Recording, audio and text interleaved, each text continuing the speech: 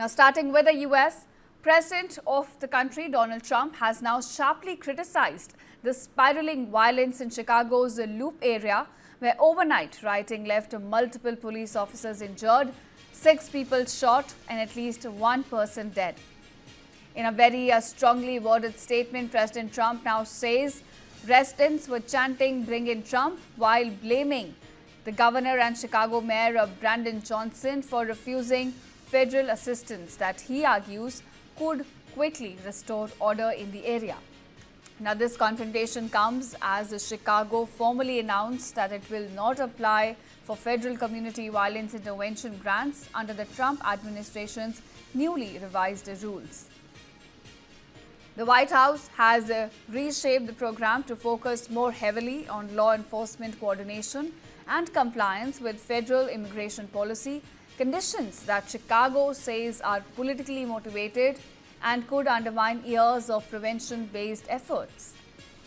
The Justice Department has confirmed the shift, which also excludes community organizations from direct funding and bars services for undocumented residents.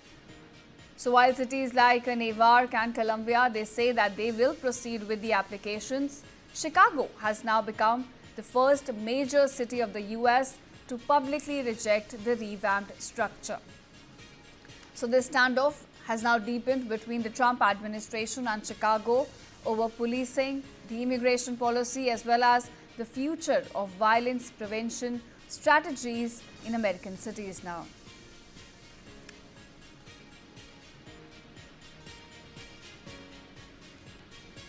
So that's the latest we're getting in as far as the rift is concerned between Chicago and the Donald Trump's administration. Trump has now sharply criticized the spiraling violence in Chicago's Loop area.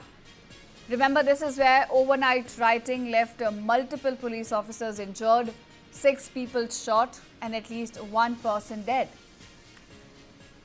In a sharply worded statement, President Trump said that residents were chanting "Bring in Trump," but the governor and the Chicago Mayor Brandon Johnson refused federal assistance that could have helped in restoring order. Remember, this confrontation now comes as Chicago has formally announced that it will not apply for federal community violence intervention grants, which are being given under Trump administration's newly revised rules.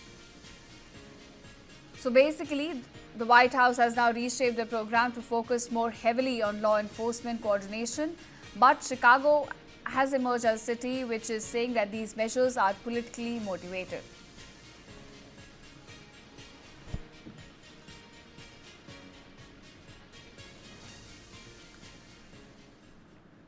And now, US officials and lawmakers are increasingly concerned about a meeting that took place last month in which representative of the Trump administration met with Kirill Dmitriev, a Russian envoy who is under US sanctions, to draft a plan to end the war in Ukraine. Now, we're getting this information according to multiple sources who are familiar with this matter.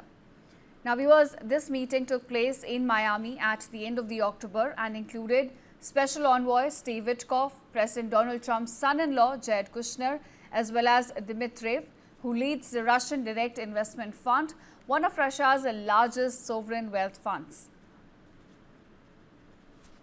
Now, a close ally of the Russian President Vladimir Putin, Dmitriev has taken a leading role in these talks with the US about the war and, in fact, has met with Witkoff several times this year. The Trump administration has also issued a special waiver to allow his entry. This is according to one senior official. Now, Dmitriev and his fund were blacklisted by the US government back in the year 2022 following Russia's full-scale invasion of Ukraine. The sanctions effectively bar American citizens and companies from dealing with them. So the meeting, we are being told, is what resulted in a 28-point plan for ending the war.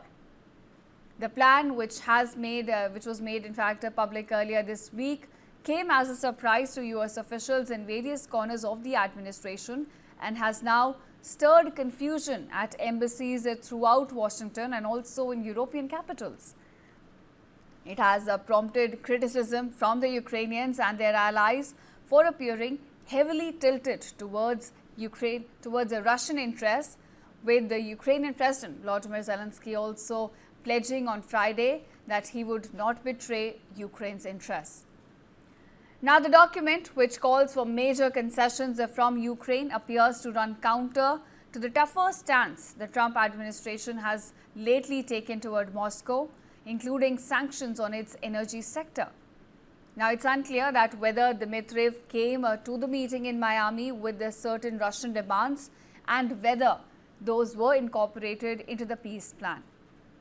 But two people who are familiar with the meeting said that Rustem Umerov, who is the Secretary of Ukraine's National Security and Defense Council, was also present in the meeting that took place in Miami to discuss the plan with Witkoff.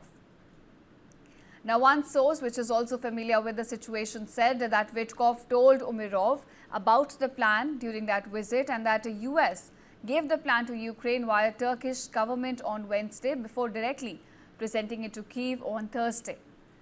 So it seems that a lot of back channel talks have been going on this, and we'll have to see whether or not Ukraine comes to board with this plan.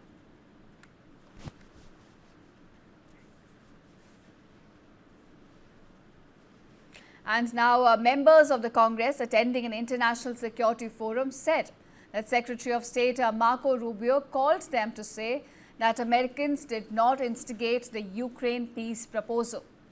They say that Rubio described the plan as a Russian proposal and in fact not a US initiative.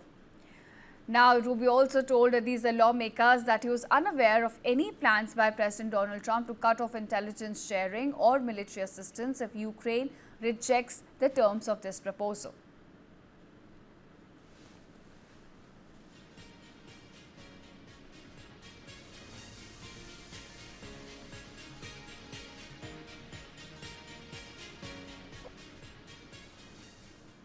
Now on to Middle East. An Israeli airstrike has hit a car in Gaza's densely populated Rimal neighborhood, killing at least 4 people while injuring several others.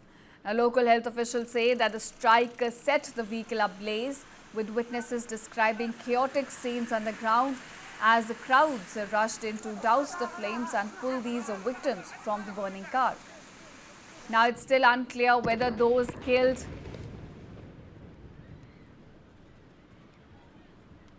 whether those killed were inside the vehicle or among passers-by caught in the blast. Details are still coming in from the site, but this is as far as we know. The Israeli military says it is still verifying the reports.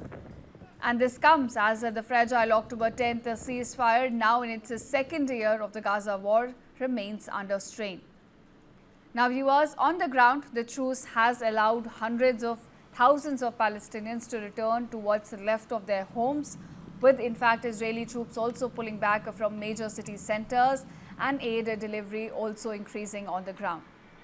But the latest strike threatens to test that delicate calm once again.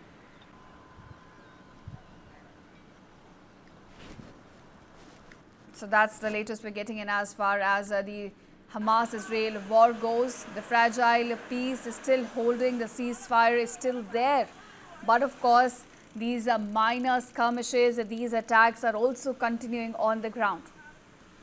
The latest that we know is of a car getting engulfed in flames. Now, local health officials in Gaza say that it is Israeli strike which has set the vehicle ablaze. Israel says it is still verifying the details. Now, this incident took place in Gaza City's densely populated Rimal neighborhood, and it killed at least 4 people while injuring several others on the ground.